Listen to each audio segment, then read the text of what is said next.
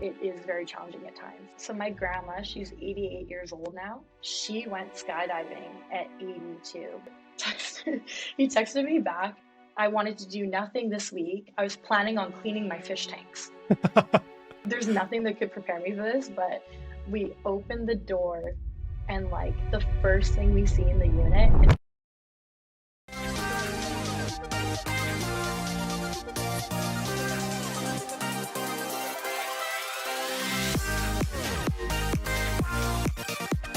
Hello and welcome to another episode of Connections. I'm your host, Bren. Today, I'm excited to introduce our guest, Shannon Dupuis, a local realtor known not only for her outstanding work in the real estate industry, but also for her vibrant life outside of work.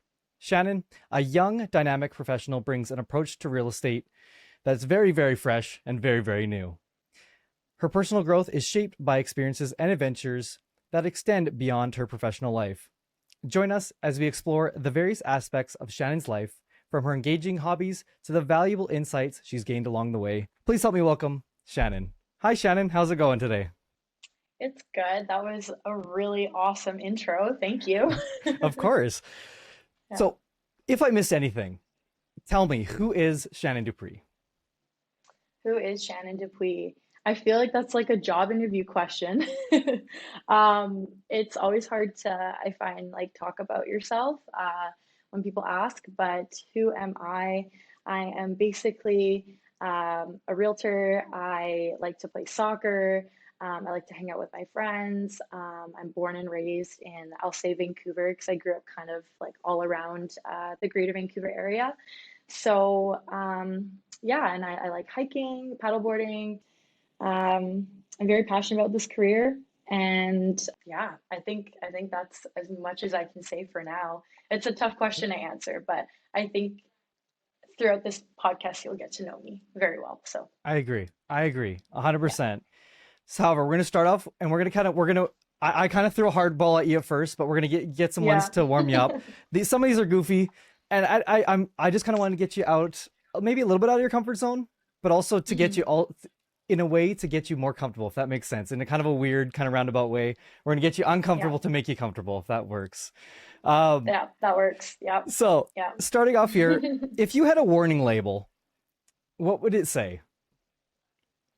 Okay, warning label. I would probably say like warning. She's like very friendly and nice, but also very sarcastic and like can can get down with like some pretty dark jokes and like and humor and stuff like that.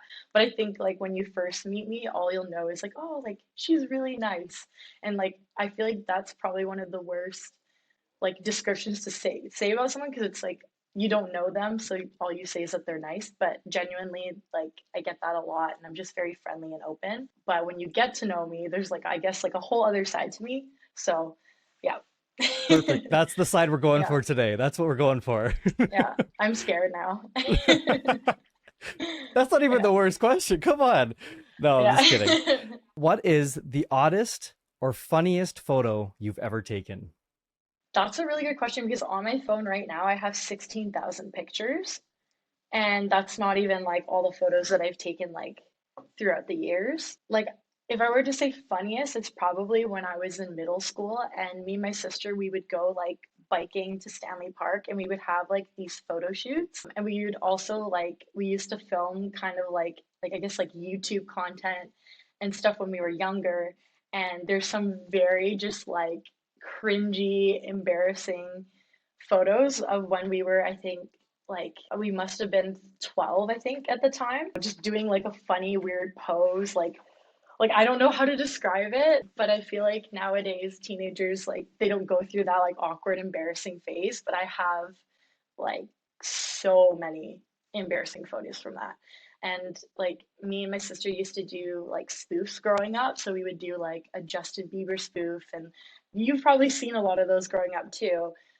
So we did stuff like that, and we'd have like photos of us with like I think my hair was like in a hat, like swooped like Justin Bieber, like the whole nine yards. So I have like a lot of a lot of embarrassing stuff. And I think if you asked like one of my best friends, Tamaya, like she has so much blackmail on me, but I have like the equivalent amount of blackmail on her for photos. So like we know it's not going anywhere.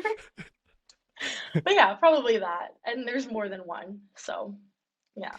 Fair enough. It's funny, you want to hatch something that's like deeply rooted in me that I forgot about, of things of like me living and doing spoofs on YouTube that I didn't want to rehash. So thank you for that. I Yeah. appreciate that. Yeah. However, I will say you've done an amazing job of keeping your digital footprint pretty clean. I will say that much. See, before I went into my career, I like went through all of my Facebook, like everything, and I basically like changed all the albums to only me because I still wanted to have those photos as kind of like an online album, but I changed everything to only me. I deleted so many photos, like if right before. So I think that was the right thing to do. Nothing was like incriminating, it was just very embarrassing. So, See, that's the stuff I yeah. was looking for though. And this makes my life a lot harder. So you realize I had to get creative during all this. So just Yeah. so you're aware, first I and made it. foremost. Yeah, I Um, made it tough for you. yes, you did. Yes, you did. I will say you're probably one of the hardest guests to do research on. Yeah. So I applaud you for that. But I still got I still figured out a lot of stuff. So Okay. I'm proud of myself, and you'll get to see later. How about that? Yeah. Okay. Sounds good. Keeping kind of on this kind of icebreaker type thing. What are three things that are on your bucket list? So one of them I'm actually doing right now, or not right now, but next year. So like one of the top things on my bucket list is I've always wanted to go to Japan. Like it's always been there. I've always wanted to go. I just think Japan is such a cool place to visit. And I just want to like immerse myself in the culture. And I love food, and there's just incredible food over there too. And so that's something that I've always wanted to do, which I'm planning to do in 2024. So that's one of the things on my bucket list. Another thing is skydiving, which I feel like is a lot of people have that on their list. I just want to do it with someone else. Like we could both jump out of the plane and we'll probably be attached to someone else, but I haven't found anyone that wants to do that with me. And then my third thing is I really want to go like heli skiing. So when you like go into a helicopter and then they take you up the mountain and then you basically go skiing. So that's probably three things that I really want to do, and I'm doing one of them. So that's awesome. That's really awesome. I will say, so starting on the first one, you said Japan. Japan is also on my bucket list, which is kind of Oh, funny enough. cool. Yeah, it Cool. definitely, for the exact same reasons. Seems like a super amazing culture. I actually have a friend that's there right now, and I'm like living Awesome. through his stories on Instagram, and I'm like so jealous. Um, Yeah. and Yeah. then you said skydiving, which 100% the same. Yeah. Um, when my dad just said to me a little while ago that he said he wanted to go for, like, he's in his mid 50s right now, and he said that he wanted to go like for like his 60th or 70th is like some like crazy thing, and I'm like, I I don't know if they'll let you, but like we can Yeah. definitely try. I think that they would because funny story to that. So my grandma, she's 88 years old now, and she is like this 4'11" sassy French lady, and she has bright red hair, and she is like the most wonderful person ever. And she loves traveling and she just loves doing crazy things and exploring the world. So she went skydiving at 82. Oh my goodness, that's amazing. So I think they'll let your dad if they let my grandma. That's amazing though. Good for her. Yeah, And yeah, then you said heli skiing, which unfortunately, really, I didn't even know was a thing. So it's not currently on my bucket list, but it might be soon. But a lot of adrenaline things I yeah. see here. Yeah, I love roller coasters, adrenaline, like yeah, stuff like that. Anything where it's like fast and like a little bit terrifying. Like I also love like horror movies and thrillers and stuff like that. Yeah. You mentioned earlier you have a sister. Apparently, it's also a Mhm. identical twin sister. Correct? Fraternal, Is actually. really, I know we look identical. Yeah. really? Yeah. Oh my goodness. Okay, I would have Yeah. never guessed. That's Yeah. very interesting. I've never seen fraternal twins that look so identical. That was. I know I'm like I've kind of questioned it because all I've ever known is that we're fraternal. But like 99% of people that I show a photo to thinks that we're identical. And but I've asked my parents and they said that we're fraternal. So I'm gonna believe them, I guess, you know? So yeah, but we look there very alike. there was a couple times doing research when I looked and I was like, which sister is this? Yeah. So Yeah. I'm sure you've had some amusing incidents or mix-ups in your lifetime with your sister. Do you have any funny ones that stick out for you? Yes. Like there I feel like there's so much things that we could have done, um, but decided not to. But there's a lot of instances that were actually quite funny. Um, like a lot of, I mean, there's the classic like people just being, oh hey Jackie, and then I'm not Jackie, or they think that Jackie is me. But I was at the mall one time and I was just shopping in Sephora and I was looking at makeup, and like one of Jackie's like really good friends like came up to me and like jumped on me, and she was like Jackie, and she like jumped on me. But like if it's a random stranger, like why is this person jumping on me? As I turned around, like kind of like terrified, and then her friend was like confused because she didn't know that Jackie had a twin. So I was there like looking at her like, what are you doing? And she was there like, I'm confused. And then I was like, I'm Shannon. By the way, I have a twin, which is Jackie. And she like was like, I'm so sorry. And she kept apologizing. And it was fine. And we were all friends after that. Like, because like me and Jackie, we work different jobs, and like, we're very similar, but we have different lives. So we are always going to have or make new friends that don't know that we have a twin yet. And it's kind of like, should we tell them right away or should we like mess with them? That's like a common thing. But like one of the things we tried to do growing up, because when we went to two different high schools. We're super close. There wasn't anything like it's not that we didn't like each other or anything like that. It's just I grew up going to like a very small French school, and it started from kindergarten to grade 12. So I decided to go to like an English school after that, just because I felt like it'd be an easier transition into like university. So, and she stayed there because we were there with all of our friends since kindergarten. So, you're there with a lot of like long-term friends. So she stayed there.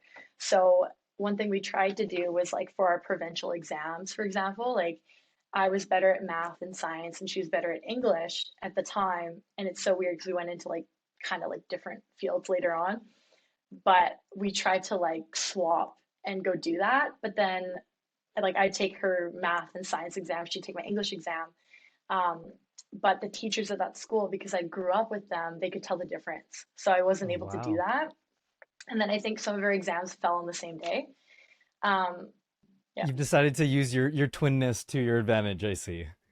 yeah. And there's like we thought about switching jobs like when we were younger. Like I'd go work. I think when I was 15, I was at Dairy Queen. Like I was working at Dairy Queen and she was working at A&W. So we thought about like switching jobs, but then we wouldn't really know how to, like people So would someone people gets would fired. notice.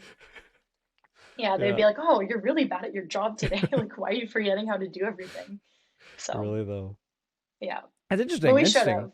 have. Yeah, I mean, Yeah. yeah, like, hey, I don't know any other life that isn't without a twin, but also my mom is a twin, and my Oh, mom's no younger way. brothers are also twins. So there's two sets Oh, of twins, wow. yeah, in my family. So So it runs in your family then. it does. It very much That's does. so Yeah. cool. Yeah. Switching it Yeah. up a little bit, we're gonna keep on kind of on the topic of kind of goofy icebreakers. But Shannon, tell me, why is owning multiple fish tanks or chewing rolls of Hubba Bubba a red flag for you and a potential partner? Oh my gosh. Tamaya told me that you asked her some questions and she didn't tell me what it was going to be, but this is definitely from Yeah. her. I had to get So, creative somehow. yeah. Oh my gosh.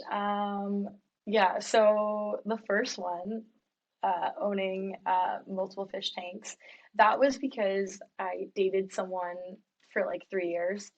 He worked a lot and I worked a lot at the time.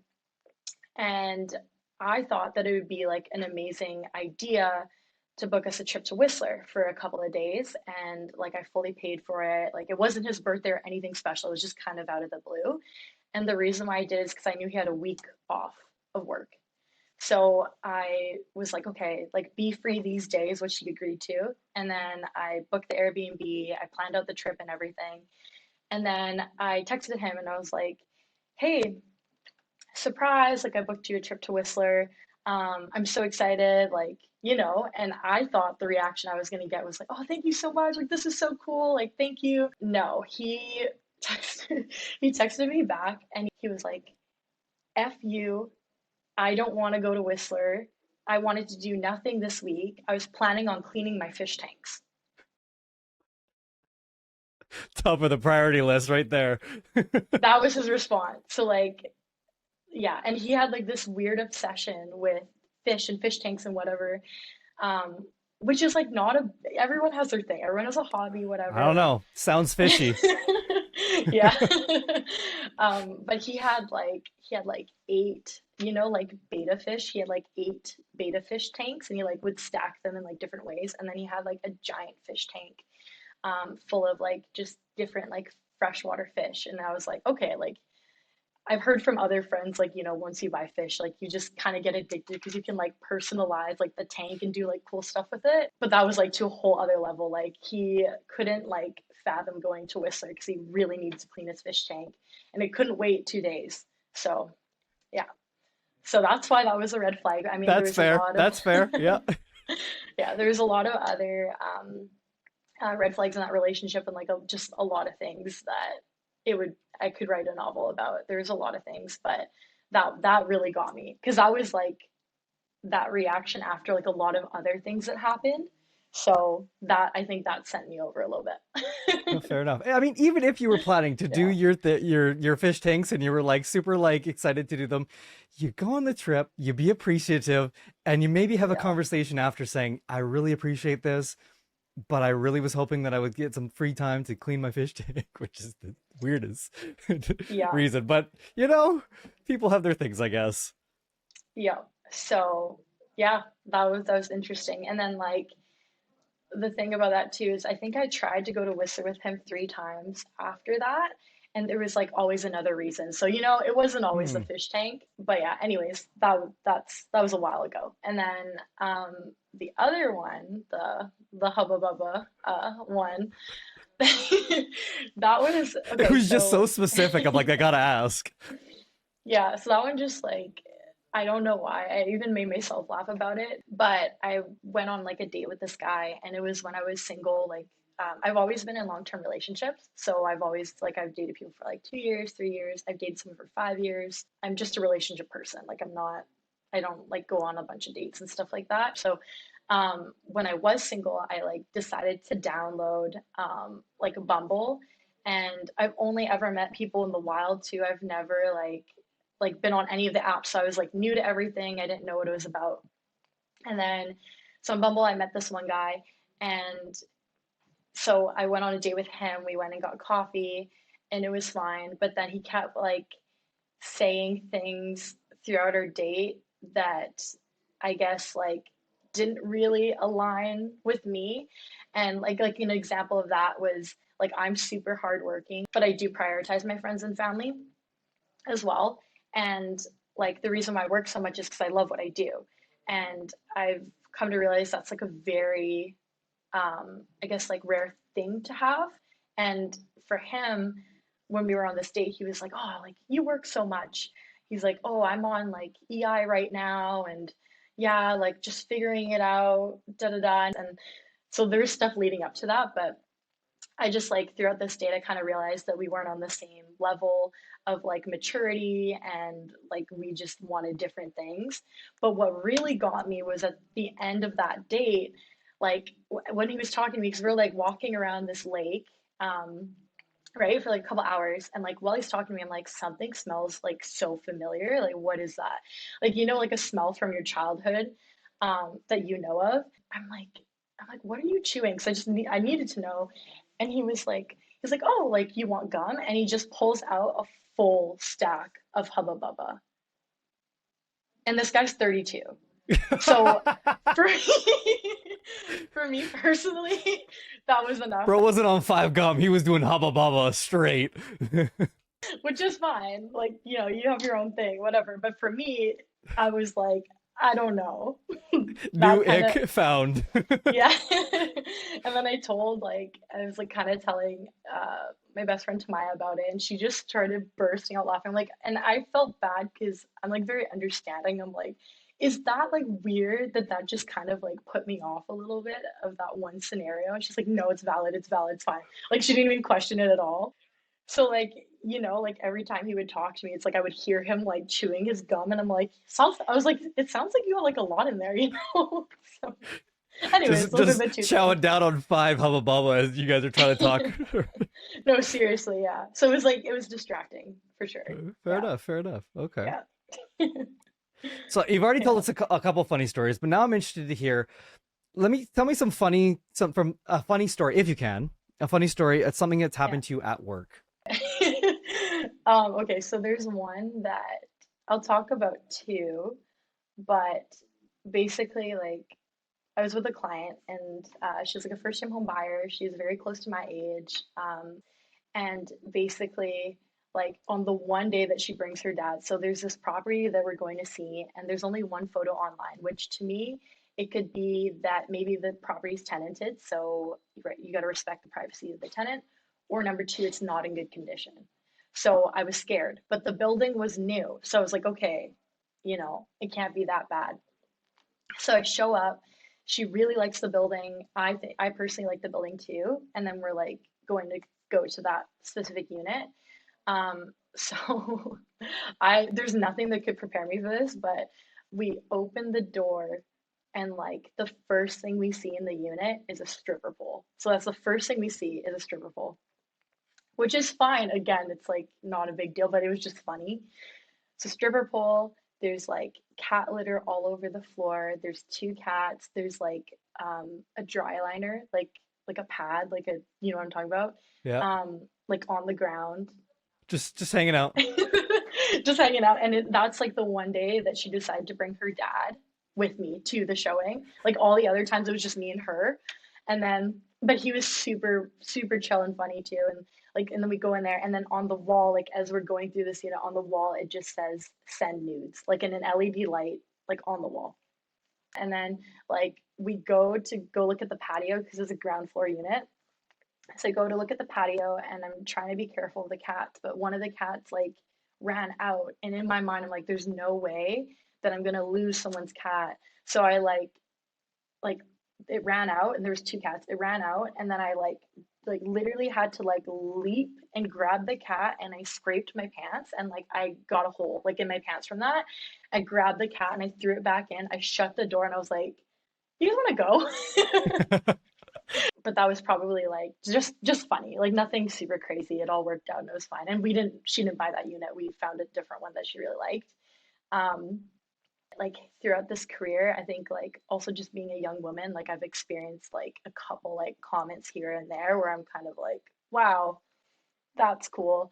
But basically, I was selling this townhouse and this realtor like came through the door, and it was a private showing, so it was just him and his client. So we're in this unit, and I think the realtor is probably around, I want to say he was like 60, 70 years old. And he came in and he's just like tell me about the property. So I like give him the rundown about the property. Him and his client see the unit, and then he's like, okay, like can you give me like this and that? There's like when you buy a house, there's and you buy into like a townhouse or a condo, you're buying into strata. So there's documents that a buyer needs. And he was like, oh, can you send me the strata docs? So I was like, okay, I have everything cloud based and on Dropbox. So I was like, what's your email?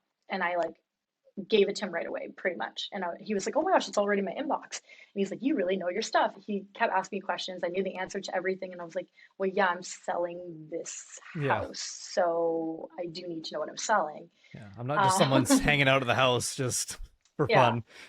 yeah, which is funny because you will come across situations like that where you do go to a house that's being for sale and like the person doesn't really know too much. I mean, like everyone's kind of gone through that if you are in the real estate industry.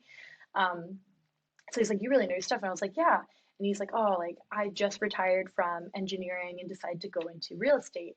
And I was like, oh, cool. Like, I was like, how long have you been doing it for now? He's like, oh, it's been like a couple months. And then he kept going on about just like random stuff about his past career. And then he's like, just about to leave the house. And I'm like, okay, bye. Like, thank you so much. Let me know if you have any other questions. I'll get back to you. And as I'm closing the door, he like stops the door. And I'm like, okay, like what does this guy want? And then so I open the door and he's just like, do you have a boyfriend? And I was like, no, I don't. And then he's like, oh, well, if you had a rich boyfriend, you wouldn't need to work, is what he said. Like that was his like thing as he was going out the door. And I looked at him and I said, well, I don't want a boyfriend right now. And I really like my job. And I don't think I would have time for one right now at this time. And then so, and then he leaves. And then I'm closing up, turning off the lights, locking up. And I go to walk to my car, and he's like standing out there with his client, and they're chatting, whatever. I get in my car, I'm like backing up, and like I drive a very modest car. Like I drive like a 2021 Honda Civic. My entire family drives Hondas, like Honda CRVs, like Honda everything. Like we love it. And for me, Reliable. like Yeah. super reliable. Like I only really have to get oil changes. Like it's great. I don't know. I just never really cared to have like a Mercedes or whatever. And yeah, so I'm like backing up, and he like comes up to the window and like knocks on the window like as I'm backing up. I'm like, oh my goodness, like what else? I roll down the window, I'm like, hey. And then he's just like, oh, you're a realtor, but you don't drive a Mercedes? And I look at him and I was like, well, a car is a depreciating value, so no, I don't. And then I drove off. Or depreciating asset, but yeah, Yeah, yeah. No, yeah, I meant, no, you meant, yeah. yeah. So What a weird thing to say yeah, two times, like, yeah. He was or an three odd actually. person. Yeah, he was an odd person. And then it doesn't end there. And then I get an offer from that guy, and it's like a super lowball offer. Like it's 100K, like lowball for a townhouse, which usually like people will they can lowball, but they won't like that's extreme. And for the area that I was selling in, it was a high demand area, walking distance to SkyTrain, nice like nice townhome. Like it just like it made no sense. And so like when I got home and then opened up my email and saw that, I was like, oh, great. Just So reply no. yeah, yeah. So that's like yeah. Okay. Well, that's some interesting one. What inspired you to pursue the career in real estate? Like, how'd you get started in this? Like, where did it all begin? So that is a great question again. These are really good. I like this is very like thought provoking. So how I got started in real estate, it wasn't a straight path. I didn't wake up and I was like, I want to be a realtor. I've always been jealous of people like that. Like I have some friends that are like, I want to be a nurse and they've known that since they were 14, or I want to be a firefighter, whatever. And they've actually gone and done those things. I even had like a best friend growing up that wanted to be a marine biologist, and she went and did that, and it's actually a pretty hard field to get into. But for me, I'd never really knew.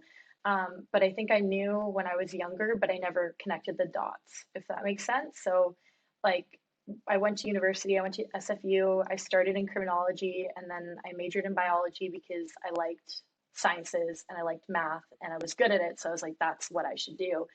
And both of my parents, they're very, very strict on school. So they were like, go to university, get a degree, and like pick a job basically. And they, like, my entire family is like engineers, doctors, nurses, like all that kind of field. But I think I knew when I graduated high school that I really wanted to take a gap year. But at the time, I was living with my dad, and he said, no, there's no option for that. Even though, which is really funny because like I paid for my school. I paid my entire way through school. So I could have said no and just like, done it. But I think I was young, I was scared, I didn't know what I needed to do. And so I just went into criminology right away. And then I majored in biology.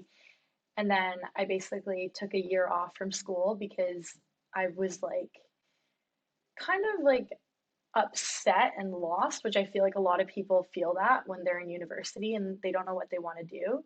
And you have so much pressure from like everyone around you, your parents, you see your other friends like really enjoying what they're doing. And I just feel like there's so much pressure around that. Even though I've come to learn now there's so many niche jobs you never thought would be like something that you would really enjoy doing. But yeah, so I took a year off, I traveled, and then I did like a bunch of those like personality tests or whatever to see what would kind of fit my personality. So yeah, research every job under the sun. And then what I really knew I wanted to do was help people. That was number one, like whether that be a doctor, nurse, whatever. I wanted to help people. I wanted something that was dynamic and challenging because even before this career, I was always busy. Like I go to school, I did really well in school. Like I'd study all the time. I go to soccer. Like I did soccer in school and outside of school, and I did volleyball in school. And then like I was always doing sports. So like every single day was like packed with stuff. And I've always just been that way. And so I was like, okay, I want something like dynamic and challenging. And I want a career where I can be around people all the time. I want to meet people. I loved hanging out with people. I loved meeting new people, like whether that was through like volunteering or joining a club or like meeting friends of friends.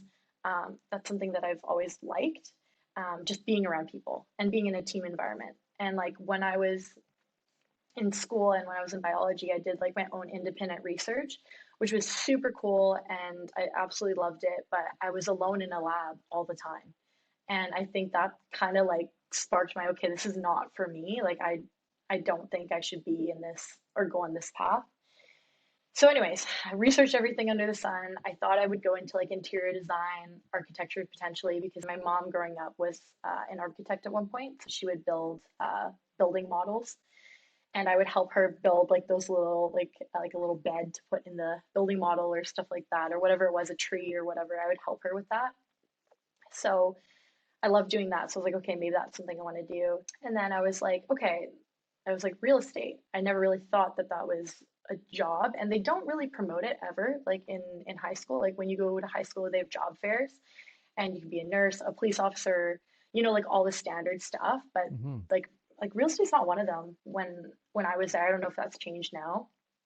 But yeah, I basically just thought about when I was younger and I like dragged my parents through open houses. I like every weekend we if we would be driving around to like go to our soccer game or something like that, I'd be like, oh, there's an open house sign, let's go check out this house. And I just like loved going to like open houses, but I never thought that that was a job. And yeah, so I dragged them through all these open houses. I'd help my mom with her building models, and then I was like, okay, maybe that's something that I really like. And so then I took the course through UBC, and I was like, I'm either gonna like it or hate it, and if I hate it, I'll choose something else.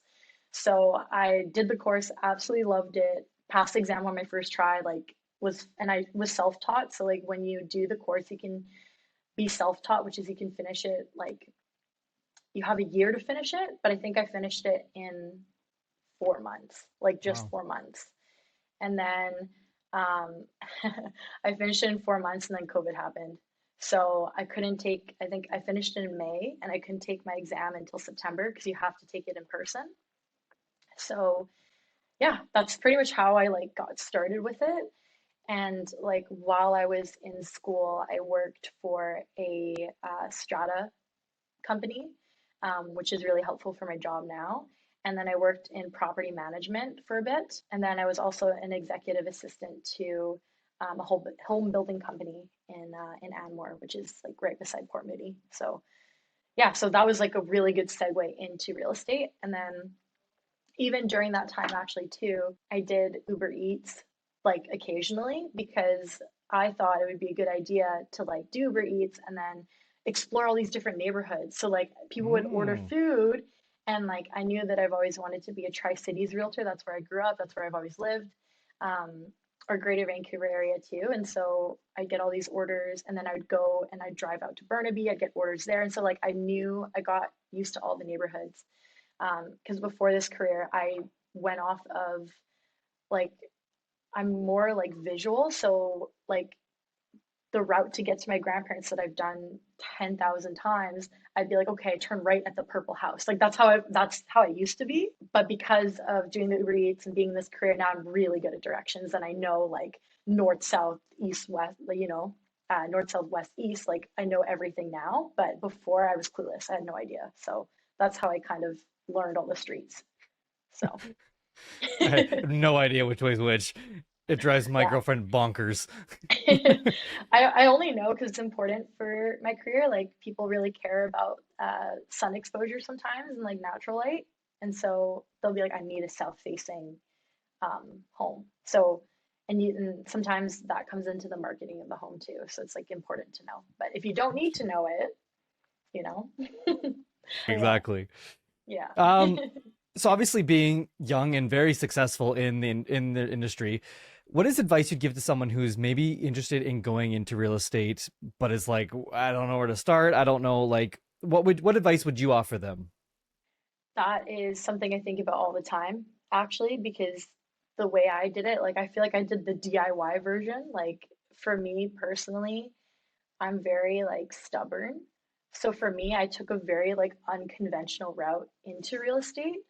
But the way that you should definitely do it is because you can get your license when you're 19. So let's say you're 17, 18 years old. There is a ton of realtors out there that need an assistant. They need someone to help them out, whether that be like flyers or putting out open house signs or doing their social media, which a lot of people, like when I was in high school, I loved social media. So it doesn't really feel like a job. So, like, I would definitely reach out to like a realtor that inspires you first of all. Like definitely do your research, like look at their website, their Instagram, etc. And if they're and their videos and stuff like that, and if how they're conducting their careers like matches up with you, also your values, because everyone has different values. Yeah, reach out to them, just like you could find their number. Our numbers are everywhere. You just search up our names and you'll find our number. So give them a call or reach out and just say, hey, like I'm thinking about going into this career. Do you need any help? And I know like some people that went into this career around my age too that started out as a realtor's assistant and they did all of the admin work. So doing all the admin work is super helpful because if you're new, they don't teach you that. Like they don't teach you that at all. And there's a lot of paperwork behind the scenes that people don't realize. And so you get to learn all of that. And then when you're working for them, you can ask them every single question under the sun that you're curious about. And you can even ask them, be like, hey, can I shadow you? Like, can I shadow you at an open house? Can I sit in on like negotiations or something? If the client's okay with it, right? So, like, when I went into it, like, I had a mentor, and I sat in on negotiations and stuff and saw kind of how they did things. I helped out as much as I could at open houses. I did that like when I got licensed, which I feel like I should have done way before I got licensed. Because now it was like, okay, now I'm licensed. I can sell real estate, but I'm not confident enough and I don't know enough and etc. There's a lot of like thoughts like that you'll encounter and be like, whoa, this is like way different than the course. And you're scared like to go out.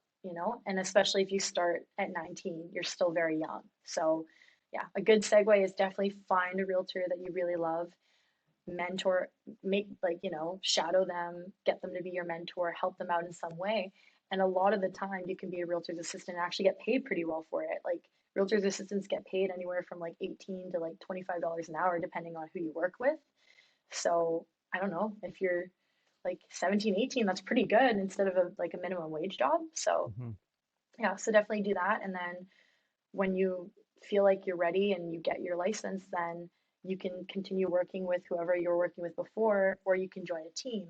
And like when you join a team, let's say a number one team, they're number one for a reason. Like they have systems in place, they have a really good flow, they know how to negotiate, they have years of experience behind their belt, and it just makes sense. Like learn from them because they got there from zero.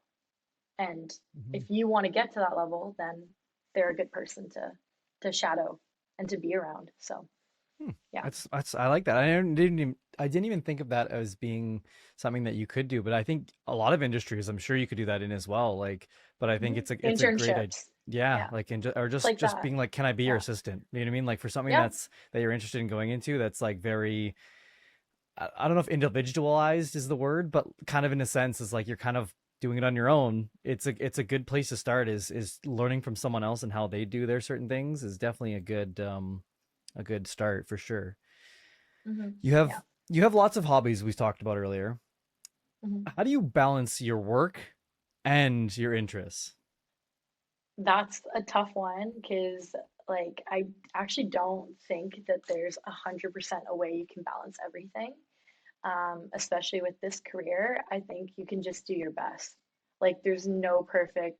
work-life balance, whatever. And I say that because everyone's life is different. Like for me, I don't have a dog, I don't have kids. So I do have a little bit more free time than other realtors that have kids and have to take their kids to sports and all of those school activities and stuff like that. And they have their own thing, and I have my own. But when I first started, like in the first 2 years of my career, I was super burnt out. All I did was work. Like I would get up and I'd work like I don't even know, like 10 to 14-hour days. And it wasn't even like going out with clients. It was like structuring my career, reaching out to people, kind of like planting seeds with like potential future clients. And that was like my first year. And I learned as much as I could too. I learned from my mentor, asked him a bunch of questions, like was continuously like educating myself. And I told myself I was like, it's going to be super hard for the first couple of years, and I set like very like minimal goals. So honestly, in my first year, I was super burnt out. I don't think I really saw my friends that much. I worked 7 days a week all the time, just like setting the foundation for my career. So there wasn't work-life balance there, like at all. Yeah. And then my second year, I still got burnt out, but there's a little bit more balance. Um, Also, I wouldn't recommend working like, that intensely. Like, I feel like if I had a mentor from the very beginning or I joined a team from the very beginning, I would have saved some time. But I, yeah, anyways, I got like licensed, and I think after 3 or 4 months is when I decided to like have a mentor and stuff like that. So I learned a lot on my own, which if you joined a team right away, they would tell you like what to do and be like, do this, this, and that, and then you would learn so much quicker. But in my second year, I started to get like a little bit more, I guess, like work life balance, because I was like, okay, I've done all of this hard work my first year. I'm gonna start planning like trips and stuff like that, and figuring out like the days that I want to work. But in this industry, you can get to a point where you actually, you have a way better work life balance. But when you start, you're doing everything. Like you are your own videographer, photographer, you're your own social media manager, you are a realtor. So you're going to be communicating with all of your clients. That's you. All of the admin work, client care, all of that stuff, that's all you. And when you start in this career, it's actually pretty expensive to be a realtor in general. So a lot of people take on all of that themselves. But if you join a team, they probably have a client care person. They probably have a social media manager. They have a client care admin person. So it kind of takes that weight off. Now, compared to my first 2 years, I will say this year has been like really great. I had periods where I was super busy, but I've taken a lot of time off too.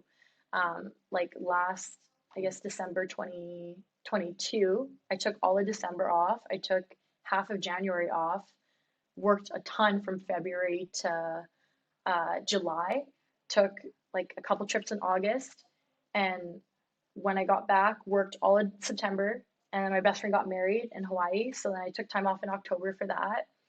And then I'm working a bunch, and then December I'm going to take off again. So like this year I've had a lot of breaks. I haven't got burnt out, which is amazing. Awesome. And this year I really focused on setting. I had my foundation already, but this year I'm focusing more on if I bring on an assistant or a team member, I have this whole package of like, this is what I want to do. And I focused my entire year just doing that. So next year I feel like is going to probably be the first year where I'm like, wow, like I can actually unplug. Because this year, like even though I had those breaks, the only trip I unplugged on was my best friend's wedding. I was like, I'm not touching my phone. But I did oddly get like four clients reaching out for something else, something different. But I just told them, hey, I'm back on October 15th and I'll get back to you, which before I had trouble saying that. So, yeah. But next year I have a lot of awesome goals, and I think that it will be the first year where I actually have that balance. That's awesome. I mean, it's good that you figured that out. Like, I'm glad that you've Mm-hmm. kind of noticed you're like, I can't just keep doing this year after year where I'm just feeling like burnt out, burnt out, burnt out. So I mean that's good. Like Mhm. it's good to have that kind of self-awareness to kind of like think like, you know what, I need to take some breaks. That sounds awesome. And the fact that you're able to kind of gain that confidence to be like, hey, this is my trip, sort of thing, like I'll get back to you later, sort of Yeah. thing, like, and that's so Yeah. important. How have your like personal passions and hobbies shaped like your identity and influenced your life journey? I know you've said things like soccer, writing, skiing, hiking, reading, Mhm. or some of a few of the hobbies that you've told me about. How have those kind of influenced your life journey? With that, I will say soccer has been a big one because I really love soccer. It is like not only do I like doing it, but it's just such a good like outlet if you're stressed. Like I play some of my best games when I'm really stressed, and that could be anything like maybe I've worked way too much that week, or I had some hardship or whatever it is. Like I'll go to soccer and play. And like the team that I'm on now, I've had great teams throughout the year, but the team that I've been on now for I think it's been almost 4 years, 4 or 5 years. It's been a little while. This team is incredible. Like all of the people on the team are super genuine and nice and funny, and we go play soccer, and whenever we can, we'll go get brunch, or like if we have an earlier game, we go get like an early dinner, but we all genuinely hang out. And so, like, that's been a really big influence on my life because, like, in 2019, like, my mom had a stroke, and I was like very sad about that. And it was very stressful. And I had a lot of um, just a lot of sadness, I think. And like, I went to soccer still. So I think I skipped one game, I think, but I went, and like going to those games, I did feel like I was gonna cry like on the field, but I left and I was happy. So, and that was like the one thing that made me happy at that time. So that's been like an amazing hobby for me that has brought in some of my closest friends. So absolutely love that. What else? Writing's been good. I've always loved writing. I honestly haven't really written in a while. I mostly just have like a writing prompt book that I'll write in from time to time. But with my job, I write like social media posts and stuff like that. But before, I loved writing about how I felt and journaling and stuff like that. That's been amazing in my life because I can really talk about how I'm feeling. I absolutely love writing prompt books. I don't know if you've opened one before, but I think one of the things that I struggled with journaling, because so many people journal and I always thought that was a cool thing to do, is that I could never think about what I wanted to talk about that day. So with a writing prompt book, it gives you like a question of like, okay, um, what's the hardest thing you've experienced in your life? Describe it, and how do you feel about it now? Like it'll give you really good questions. So yeah, just writing that. I'm going to interrupt you And here just yeah, just while you're thinking, because I'm going to thank you and also going to give you something too. yeah, But just previously here, I know when in the recording of this episode, it hasn't been released yet, so you probably don't even know this. But we're yeah. actually later this week releasing a connections journal, daily journal No that is way. also a prompt book. So I'm going to give you one here now because you basically I just gave would me a love it. commercial for it. So thank you. What's it called? But yeah, it is essentially the same. I'm the exact same way. Yeah. I struggle with it too, and so there's thoughtful prompts and stuff like that in there too. This is really, in my opinion, ideally the version one of like many for the connections journal, um because I think it's I agree. Like I think there's a lot of things that I want to kind of just write about, but I'm Mhm. kind of like, where do I start? And a blank page is terribly daunting in my to It me. is. It is. And like, if any of my friends watch this, they probably would be kind of a little bit surprised because I don't really talk about writing either. But I used to like writing like, and still do, just haven't as much, but I used to like writing like poems, or I actually wrote like songs because I like singing too. But actually, like a lot of my friends don't, they know that, but like I'm also like more shy about that stuff, I guess. So that's something that I really like to do. And then like other things, paddleboarding is just nice because you can paddleboard in like a very serene area with nature. Skiing, I've always loved. I've skied since I was 4 years old, and I taught kids how to ski at Mount Seymour for a bit. And skiing is just like an adrenaline inducing sport. Like it's just fun going down a mountain like super fast, and going off of jumps and stuff like that. So skiing's like more just like a fun hobby. I think it's only really contributed fun things to my life, but I've never like been stressed or sad. I'm like, I'm gonna go skiing to get rid of that feeling or whatever. That's been soccer for me. Yeah, I have more hobbies too, but I think like in general, soccer's been a really big one. Writing's been a really big one. Reading, like I have this really bad habit with reading where I'll like read half a book and then I'll start another book. And then like my bookmark's like in the middle. I have like three books right now that are all like that in my room. Reading, I love reading. I think I don't do it as often because with my job, I'm always reading documents. And so, like, when I'm reading documents all day, which when you buy a place, if it's a strata, sometimes the documents will be like 150 to 300 pages long. And if you have three clients buying that, then you're reading over 1,000 pages. So, I think reading's been kind of like one of my hobbies that I haven't done in a while just because of that. But I do want to get back into because it's a fun thing. And it's different reading for work versus like, reading for fun. And then pictures. I used to have a camera and I love taking pictures. I love taking pictures of friends. I love taking pictures of landscapes, all of that. That's been an awesome thing because I have all these memories to look back on. And then in my career too, like with social media and my Instagram and all of that, like I have all those, I guess, like skill sets. I know they can improve, but I'm not like a professional photographer, videographer, anything like that. It's just something that I've always really liked. So, It's a yeah. hobby. It's awesome. Yeah. So you mentioned there in that statement too, I mean a little bit earlier, but you mentioned about your mom having a stroke in 2019. I'm Hmm. sure as you kind of said there was a lot of like anger and pent up stuff like that. How did it affect like the rest of your life and how did you get through that? That's so it's I'm okay to talk about it now because it's been some time.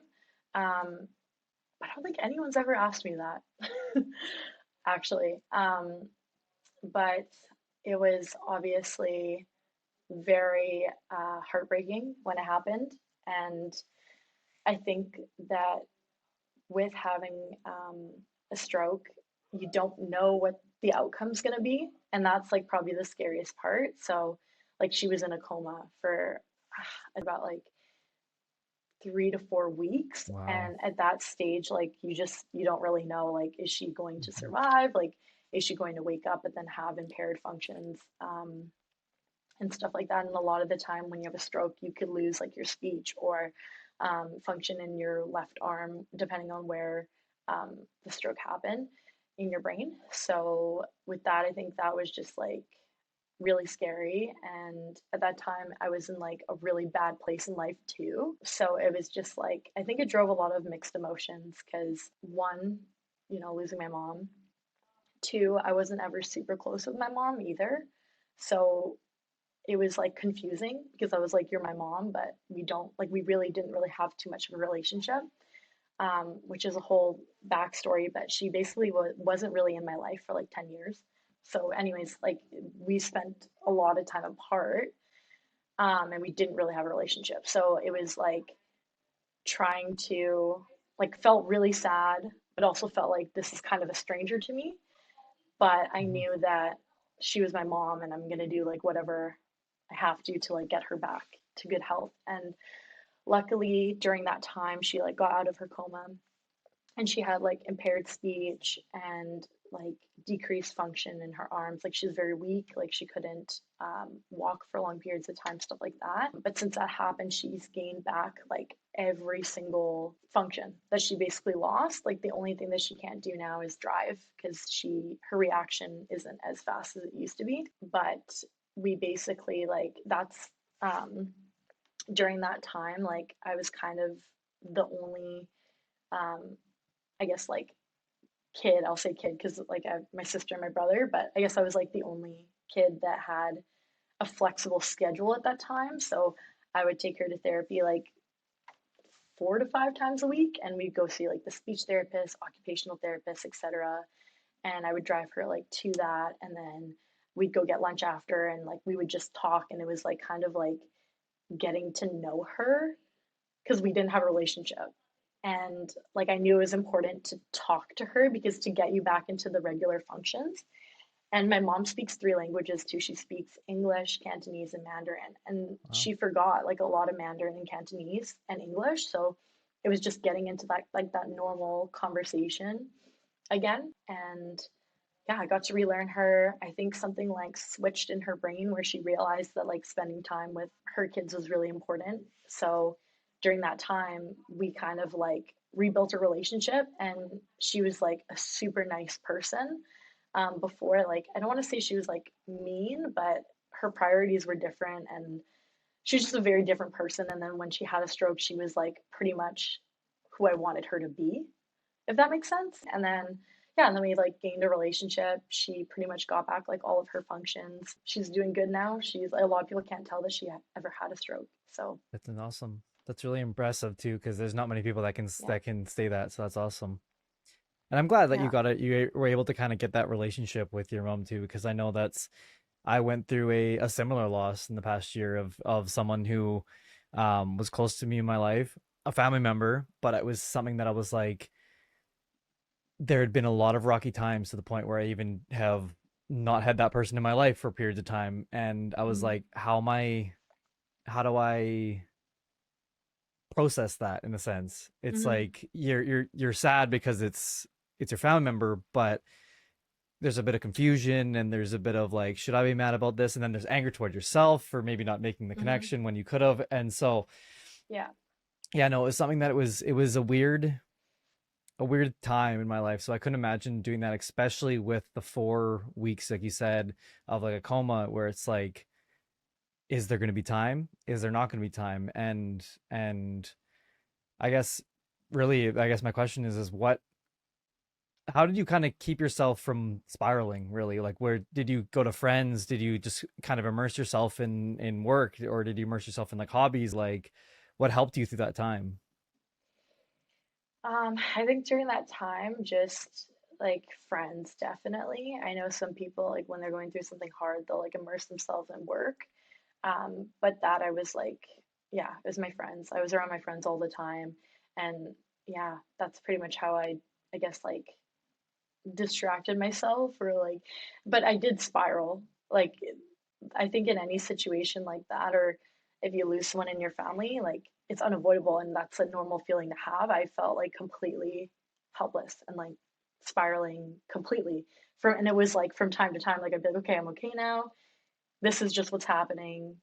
We got to go to therapy. Like it became like a routine. But then I would go and be like, like it's a lot of like mental and um, kind of draining process because this person that you've, I guess, like known, because I like growing up, like since I was born until I think around like 12, like we did have a relationship and she was my mom and all of that. So it's kind of like, oh, like she doesn't remember these memories that we've had together or stuff like that. Like I think that whole portion of it was really um like that was hard.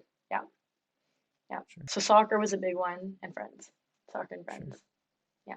So keeping on the kind of theme of friends, what qualities do you value the most in your close friendships or relationships, and how do they impact your life? So with friends, like I feel very fortunate because I feel like I have a really good friend group now. And oh my gosh, things that I value the most, probably honesty is a huge one. Honesty and loyalty and just being understanding, like just being an understanding person. A lot of my like best friends that I've grown up with, I'm still best friends with now, and they've seen me in like every single aspect of my life when I was younger and made stupid decisions and I guess like free spirited and like didn't have a plan with life. And then they also have seen me in this like next stage of my life where I am extremely career driven and like didn't spend a lot of time with them the first 2 years of my career. And they never once were like, hey, like, you're not prioritizing this friendship. I told them at the beginning, I was like, by the way, for the next 2 years, I'm going to be a really shitty friend. And I was like, it's not that I don't care about you. I was like, this is something that I want to do and I want to be successful at. And I think that to do this at a younger age, I really need to sacrifice a lot.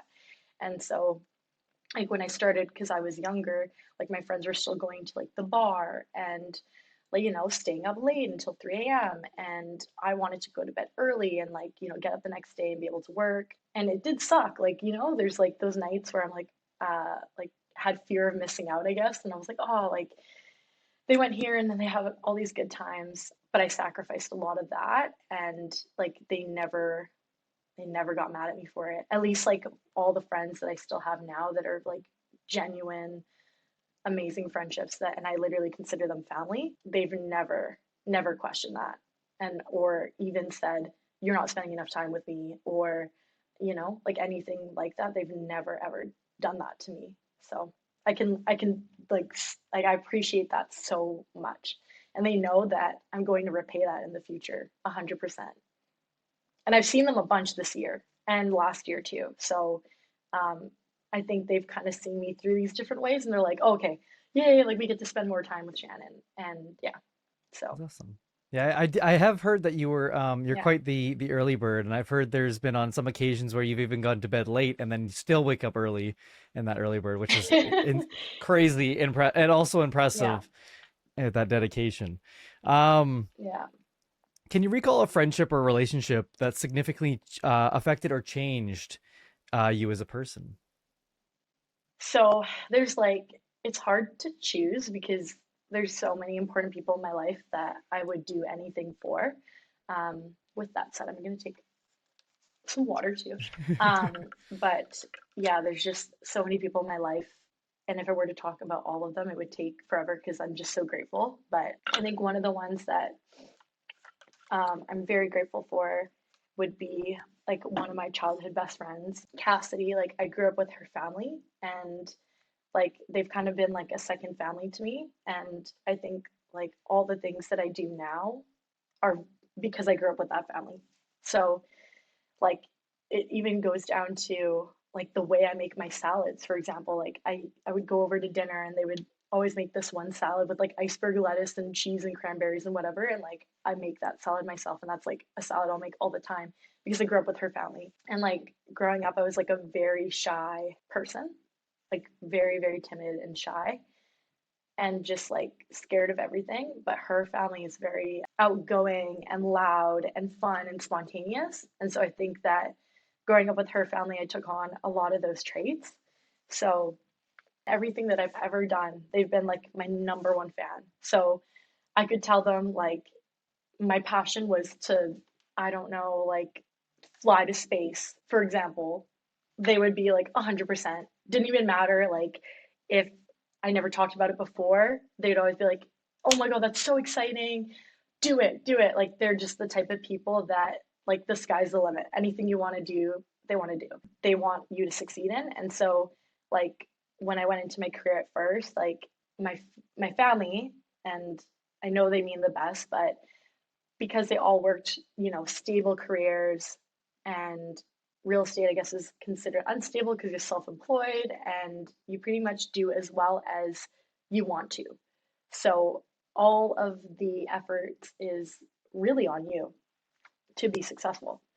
So with my personal family, they question it and they're like, oh, is that something that you want to do? Are you sure? Like, a lot of people fail in this career. I don't think that you should do it. Like, that's a really big risk being self employed.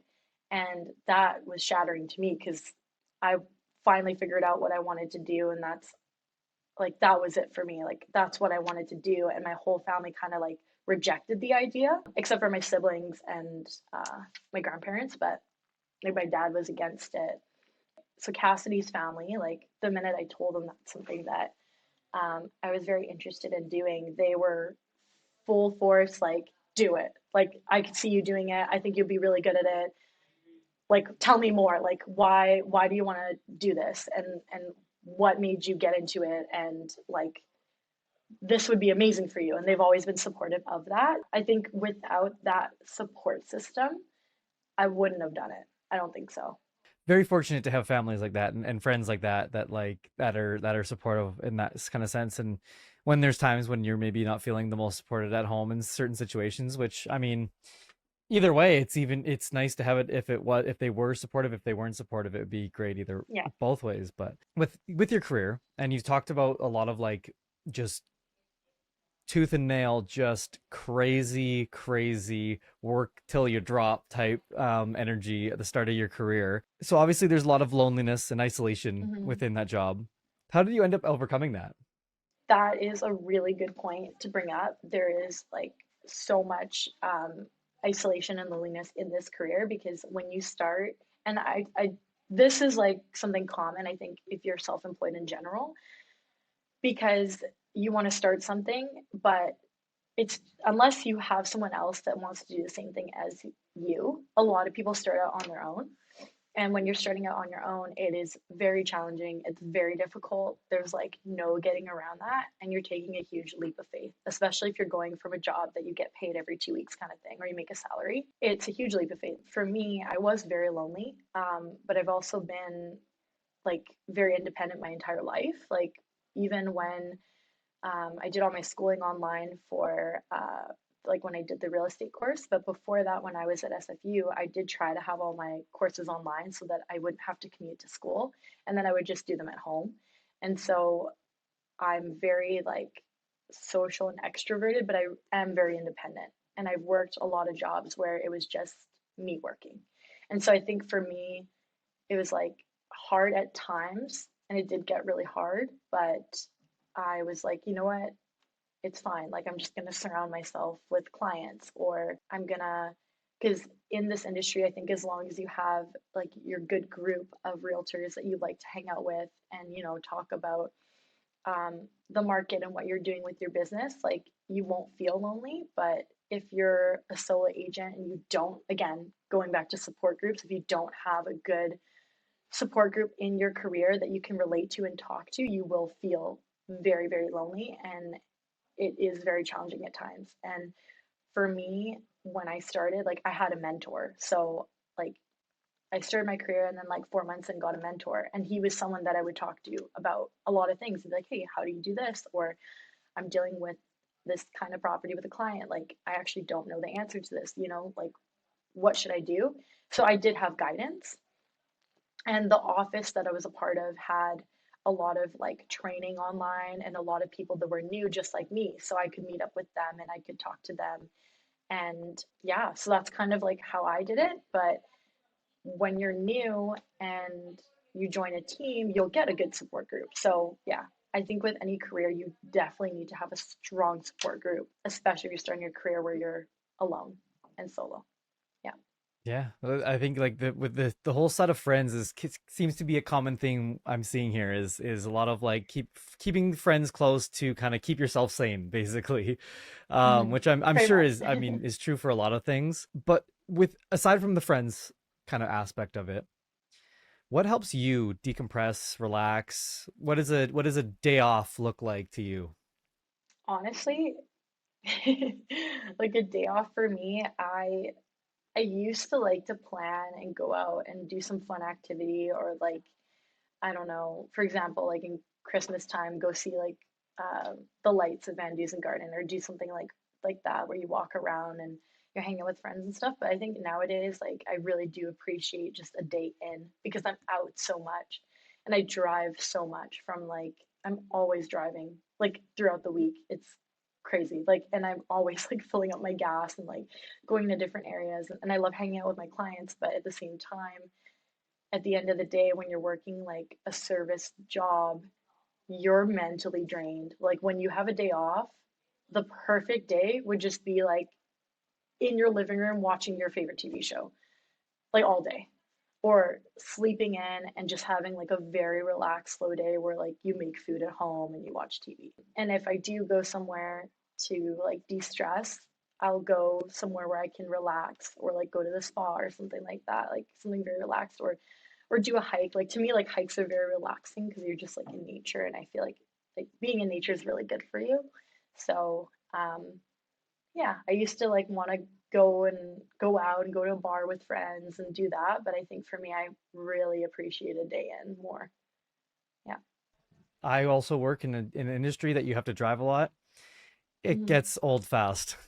especially in this city. You just get used to it. It's just like it's something that you do. And I actually do like driving, so it's a little bit like for me, it's not too crazy. But there is some days where I'm like, wow, like one day I was in Abbotsford and then I went to Surrey and then I went to Richmond and then I went to Brentwood and I was like in one day. And even though I love driving, that was a bit much. So Yeah, I yeah. don't I don't I don't mind driving either. It's just I'm what I mind is the other stupid people that are decide to drive on the road at the same time as I am. Yeah. Yeah. With a lot of Yeah. the life experiences you've had, what is the best advice, personally, generalized, could be work, could be hobby, could be whatever it is. What's the best piece of advice that you've ever received? That is a tough question. Um, Probably so when I went into real estate before, I was at school and I did have like a different friend group that I no longer hang out with because they just wanted different things in life than I wanted, and like they were really focused on like negativity and like talking behind people's backs. And for me, like I didn't want to hang out with that. And they got mad at me for like not hanging out with them because I didn't want to do that. I didn't want to like, see my best friend and then go talk shit about her like 2 hours later. Like I don't know, for me it just didn't sit right with me. So, but that group, when I basically like took a year off, they were like, because at this point I was 3 years into university, 3 or 4 years actually. Like I was like, and I've already spent like I think 30 grand at that point in university, and I was like, I could continue this and like hate my life and be unhappy, or I could drop everything now and actually find what I want to do. And like the amount of people that said you don't have to like what you do, you just have to make good money, you're almost there, just complete your degree, etc. I got a diploma, which is better than nothing, but um so many people were just like, no, you're almost there, just do it. And my best friend was like the one of the few people that said you should do what you're passionate about. And I think that I'm in a really lucky position because that best friend of mine, which you also know, she discovered her passion before I did. So she kind of like, she was like the guinea pig. Like she did what she wanted to do right off the bat. She got hate for it, but she did it anyways. And now she's very successful. And so I think because she went through that and I saw her pursue that something that she loved doing and that she was passionate about and she was super happy about, despite all of the negative like comments that she got or people that were against her, pursuing her dream. It inspired me to want to do that. And she was like, I think that you would be really good at this. Like you should do that. Like you should do real estate. And so I think that piece of advice really helped me. Yeah, I don't even know what she exactly said, but I think she just said you should do what you love. I think that's what she said. Yeah. The only other one I can think of is my grandpa too. My grandpa said a similar thing when we were having like a family dinner on my birthday, my sister's birthday. And I basically thought it was a good idea to announce to everyone, like, this is what I'm going to do with my life. So I said that, and then I got like a very negative reaction back from a majority of people at that dinner. And they were like, that's too risky. Don't do it, blah, blah, blah. And like my grandpa, who doesn't ever like he's so quiet, like he never ever says anything at the table or really talks much. He's more of like a listener. Out of everyone there, he like whispered in my ear, he's like, I think you should do it, I think you'd be really good at it. So I think like those are very similar kind of advices, and I think without even just having like the one person say it, I don't think I would have done it. And now that I'm here, I'm so grateful that I had that and I like followed that and Kidding. followed what I wanted to do. Yeah, Yeah. that's awesome. Like I'm always so like big on like invest in yourself. Like it's the one asset you can always trust. You know what I mean? Like it'll Yeah. always pay off for you. However, we are coming to the end of this podcast, but I do have one final question for you. You Yeah. mentioned that you're quite a big fan of books, so we're going with the book side of this question. Shannon, if you wrote a book about your life up to now, what would the final line be? The final line. See, like I want to go with something funny, but I also want to go with something wise. But the first thing that came to mind would be like laughing. Like that'd be it. Plastic. And I would probably end it on like a very like chaotic, like the last chapter would be like very chaotic, like almost like a cliffhanger. And like there'd be a ton of character development because that's literally my life. There's just so much chaos in my life that we didn't even touch on this podcast. I know. And I think I would just end it with laughing because I would just yeah, I'd want readers to be like, there's no more. And just like leave it open to like every single possibility. So I think I would end it like that. I'm also French, so I wanted to like, do that. Fair enough. Fair enough. Well, Yeah. this has been Shannon on Connections. Shannon, you've been a wonderful guest. Thanks for opening up with us today and being super, super vulnerable and super open, sharing your stories from your career, your life, and your hobbies. This part of the show is for you, though. This is to shout out anyone, anything that you'd like to, whatever's going on in your life or anything like that. Tell the people what you want them to know. The floor is yours. The floor is mine. Okay. Um, I think that this would be an amazing platform to talk to people that, um, are struggling with what they want to do with their career because it's such a big portion of your life, which is so interesting because I think there's so many important things in your life apart from your career, but everybody needs a career to live. So if you're struggling with finding like what your passion is, or if you want any advice on that, I will give you like the most honest, raw advice. I'm not going to sugarcoat anything. I'm not going to say, like, oh, just do this and it's so easy because it's really not. And I think that a lot of people struggle either before university or during, feeling very lost. And it's a very isolating feeling. So if you're curious about the career that I'm in, then like I or any career in general and you're kind of wondering about how to start that process, I went through it. So I would love to for you to reach out and talk to me about that. And apart from that, if you're interested also in potentially like setting yourself up and starting your journey with buying a place and stuff like that, I'm very open for that. But it doesn't have to be career related at all. That's just something that I do and I love. And if coincidentally that you're looking for someone who you think you can relate to and will really understand and listen to you, because that's a really big thing, I am here. So Awesome. there you go. Wonderful. Well, all Yeah. of the links for to find Shannon will be in the description of this video or the podcast. To everyone else, take care, drink some water, and we'll see you next time. Peace.